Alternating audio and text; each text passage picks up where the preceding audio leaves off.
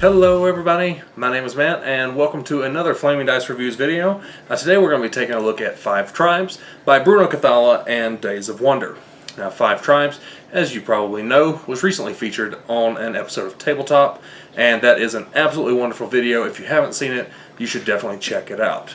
Now we're going to take a look at some of the gameplay mechanics as well as what comes inside of Five Tribes, but do be advised, as always, this is not a tutorial. Some of the rules will be skipped. But we do want to take a look at some of the gameplay mechanics, including movement, because several people that I've talked to were confused even after watching the tabletop episode, and I was one of those people.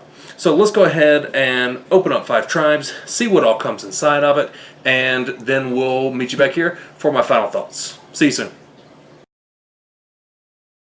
Before we see how Five Tribes plays, let's take a look at what comes inside of the box. Now over on the left we have our player guides, and these are simply just information for the game, how to score, what the different color meeples do, as well as all the djinns or genies as they might be better known, and what their abilities are. The game also includes these two boards, and what these are, players get to bid for their turn orders every turn, or every round rather. So these keep track of that. We also have a ton of meeples in 5 different colors representing the 5 tribes. Each player has one of these player markers, and these are used to do the bidding for turn order. The game also includes palm trees and palaces, which score extra points at the end of the game. Comes with money in 1 and 5 denominations, item cards, beautifully illustrated. Each player also comes with a number of camels used to keep track of who owns what tiles in the game. These wonderfully illustrated djinn cards or tiles, and these give the player different abilities throughout the game, lets you bend the rules a little bit to your advantage. And then the board itself is made up of these tiles, and it's a dynamic board, so every time you play, these tiles are placed randomly, so the game's going to be a little bit different. And that's pretty much all of the components inside of Five Tribes. Let's take a look at how you set up the board and what gameplay looks like. Now, one of the things that makes Five Tribes look very visually intimidating is that all of those meeples, I believe the game comes with 90 meeples, all of them are put out on the board. It looks a little bit intimidating. So I wanted to show you the board and how it looks before you seed it with the meeples. And as you can see, it is a dynamic board, and the pieces just slide together in a 6x5 grid. So before we seed it with meeples, I want to take a look at the board itself and what the tiles meant. So I'm going to zoom in on these 4 tiles, and we're going to walk through what the different symbols mean, because again, it's a little bit busy. So if we take a look at the top right of each tile, we have a number in blue or red. Now the color matters because one of the color meeples, the blue tribe, they give you money based on the number of blue point tiles around you. We're not going to go into that, and again, I must stress this is not a tutorial. There's so much that we are not going to go over just because I don't want to bog down in rules. But this is the number of points that a tile is worth at the end of the game if your camel is on that tile, if you control it. Now, each tile also has a symbol at the bottom left, and I chose this point on the board, and I actually kind of cheated and laid it out so that I could show you all of these different symbols. And what they are is, if you end your movement on a tile that has this palace symbol, then you get to place a palace, and at the end of the game, that's worth more points for whoever controls that tile. Same with the palm tree; it's just worth less than a palace. Now these symbols, the gold coin with the card and the fraction, that's basically just a shopping symbol. So if you end your movement here, you can spend this amount and get that many cards. You can choose 2 of the first 6 cards that are laid out in the market, and you can get those. Cards are worth, item cards are worth points at the end of the game. There's also another smaller market tile, and that's this one. You can pay 3 to get one of the first 3 tiles, or excuse me, one of the first 3 item tokens. Then down at the bottom left of these cards, we have our genie, or our gens spaces. So if you have the appropriate number of meeples or slave cards, combination of the white, the elder meeples, the elder tribe, and a slave card, or 2 elders, you can actually purchase a gen from the available gens. And there's each turn 3 your turn face up, and you can purchase them. So let's seed the map with meeples, and then I'll show you how movement works. And again, we're not going to get too much more in depth than that, but I'm going to show you a few more things. So let's get to those next. It's me again, folks. It is not quite time for my final thoughts. I just wanted to interrupt the video for just one moment to remind everyone that there is a lot more to 5 tribes than I'm going to be showing here today. There are the finer points of the strategies, the bidding for turns, which is very important to gameplay, that we're just not going to show. I'm also not going to show the full setup with all the palm trees and palaces laid out around the board. I'm trying to make this look as friendly and inviting and not intimidating as possible. So that's all I just wanted to remind everybody. Let's get back to the video.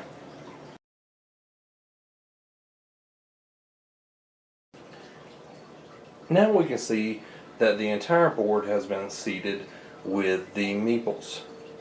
Looks kind of complicated, but it actually isn't. It's done completely at random. At the beginning of the game, all of the meeples, and again I believe there's 90 of them, all of these meeples are put into a black bag, and then they're drawn out 3 per tile. Looks super complicated, it really isn't. And in an attempt to keep this game from looking even more intimidating than it already looks, I've taken off a bunch of the things from the board. I don't have the bidding tracker out there where players bid. All I have out here right now are the board, the meeples themselves.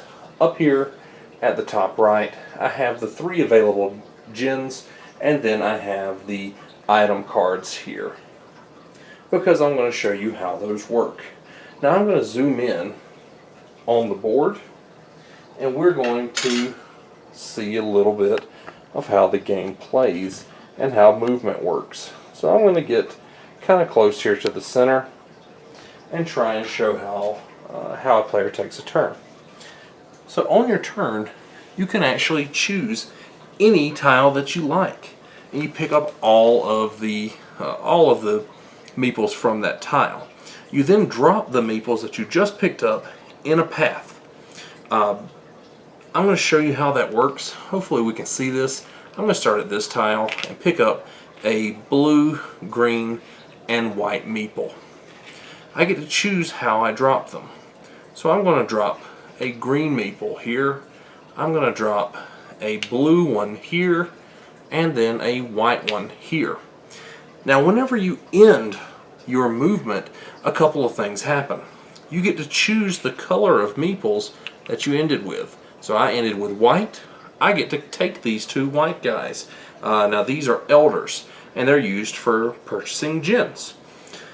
So not only do I get to keep those meeples, because the white and the yellow, the elders and the viziers, stay in front of your character sheet. The others go into the bag after you use them. So I'm going to keep these 2 elders in front of my player area. Now if I'd like, I can spend those 2 elders to purchase a gen from the available gens. So I'm going to see if I can show you how beautiful, just absolutely beautiful, the artwork is for these gen cards. And here's the 3 that are available this turn, and they each do different abilities. So I'm going to take those 2 white meeples that I have, and I'm going to go ahead and spend them since I acquired them. And I'm going to take Anu Nak, which is one of the gens, And you see he has a cost to activate, and then he has this ability. We're not going to go into what all those do. Just know that the gens give you certain abilities. So I'm going to take this, and now I get this gen for the rest of the game. And he gives me this bonus. Now the next player, he might go, and he might pick up these 4 meeples that I had. And he might drop, let's see, what's a viable path?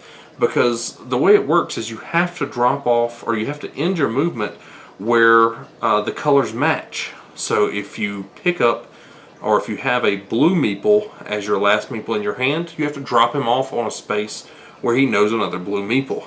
So we're actually going to take these guys, and we're going to drop a yellow one here. We're going to drop a blue guy here, a red guy here, and a blue one here. So this blue meeple knows this blue meeple, so I get to take these guys. Now these guys score me coins based on the number of blue victory points tiles around the tile I ended on. So there's 4, counting the one I landed on, one that you might not be able to see, and then these 3. So you multiply the number of tiles, which is 4, by the number of blue meeples that you have, which is 2, and I would get 8 coins. These guys go to the bag. Now, like I said, the bottom left symbols also activate an ability for that tile. And the ability for this tile is that you put a palace down. So the board can get a little bit crowded, and again, that adds to that visual intimidation. But as you can see, it's really, really easy. So the next player, let's say that this red assassin guy isn't there. And let's say the next player did this. He took these 3 meeples and dropped a red guy there, a blue guy here, and ended right here on this place that we just put the palace on. Now we would put another palace on there. I don't have one right here, but we would put another palace on there. We would get to take these white guys, and remember the white elders, we get to keep these. These don't go in the bag, and those get played in front of us. I would then place one of my camels, and I have to get it out of the bag here, on this spot to show that I own this tile. And at the end of the game, it would get me these 5 victory points. And again, there would be 2 palaces here. That was horrible of me. I should have been prepared. In fact, I'll grab one now. So not only is this tile worth 5 victory points at the end of the game, it's also worth an additional 10. 5 per palace that's on this tile. If we ended our movement, say, on this tile with the blue guy, let's pick up over here where you probably can't see and go 1, 2, 3. And we end here. Again, we get to multiply the number of tiles around it, get that much coin, or that many coins, put these guys in the bag, and then we get to shop. So it says that I can spend 3 gold, which let's pretend I do, and I can choose one of the available 3 items, first 3 items. So let's say I take this gold card and I add this to my item cards. Because at the end of the game, item sets, the number of unique items you have, are worth victory points. And things like the ivory, the gold, and the gemstones are a little bit hard to get. So at the end of the game, if you have 7 unique items, or 8 or 9, it's worth a lot of victory points. And that's one of the great things about 5 tribes, is just how many different paths to victory there are. Well, hopefully this example has made the gameplay a little bit less of a mystery. We're not going to make it any more complicated, and I'm going to end it here. So let's go to my final thoughts. Welcome back, everybody. Now that we've seen a little bit about how 5 Tribes plays and what comes inside the box, let's talk about my final thoughts and give it a Flaming Dice Reviews score. Now, I absolutely love 5 Tribes. I have loved every single game of it I've played it with, or played of it. I've played it with adults. I've played it with my 10-year-old son. And the box says 13 and up, but my 10-year-old got it just fine. Could be because he's used to playing a little bit more advanced games. But everyone I've played it with has absolutely loved it. Let's talk about some of the high points, and they are very, very high points. Artwork, through the roof. Component quality, absolutely phenomenal. The quality of the components of 5 Tribes is just phenomenal. It really is. Everything's well made. The artwork, especially of the gens and the tile, are just fantastic. You could just look at them. There's such pieces of eye candy, every single one of them, that you can just stop and stare at the tiles or the gens and just be absolutely amazed without even the gameplay. And the gameplay is fantastic. I also love that the game board is dynamic and made up of tiles, so every time you play, the game will be set up a little bit differently. There's also a lot of different paths to victory. You could go a gen heavy strategy, or a real estate heavy strategy, or a set collecting strategy with the item cards, and every one of them is a viable strategy. I've won or come close to winning with every one of those, and a mixture of all of them. So there's a lot of different ways to play 5 Tribes, and that just makes it almost endlessly replayable. If I had to say anything negative about 5 Tribes, is that the setup can be pretty intensive and it does take a while. But that's a very, very small complaint for such a great, great game. Now, I do have to give one shout out to my friends Sean and Trudy from the Jester's Court here in Grand Junction, Colorado. They actually let me borrow their copy of 5 Tribes to shoot this review for the YouTube channel. I don't yet own this game. So a big shout out to Sean and Trudy at the Jester's Court for allowing me to shoot this video and borrow the game. There is a link down below as well as the URL on screen, and if you are ever in the Grand Junction portion of Colorado, you should definitely check it out. It's the best gaming store I've ever been to.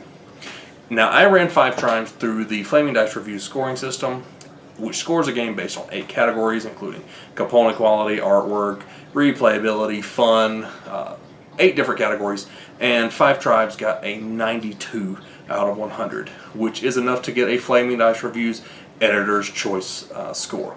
So the game is just fantastic, and now there's even an expansion in the works. I believe it's actually forthcoming very soon, so that's another thing to look forward to with 5 Tribes. And if you like this video, please be sure to give it a thumbs up, a like, and subscribe to the channel, and visit the website at www.flamingdicereviews.com.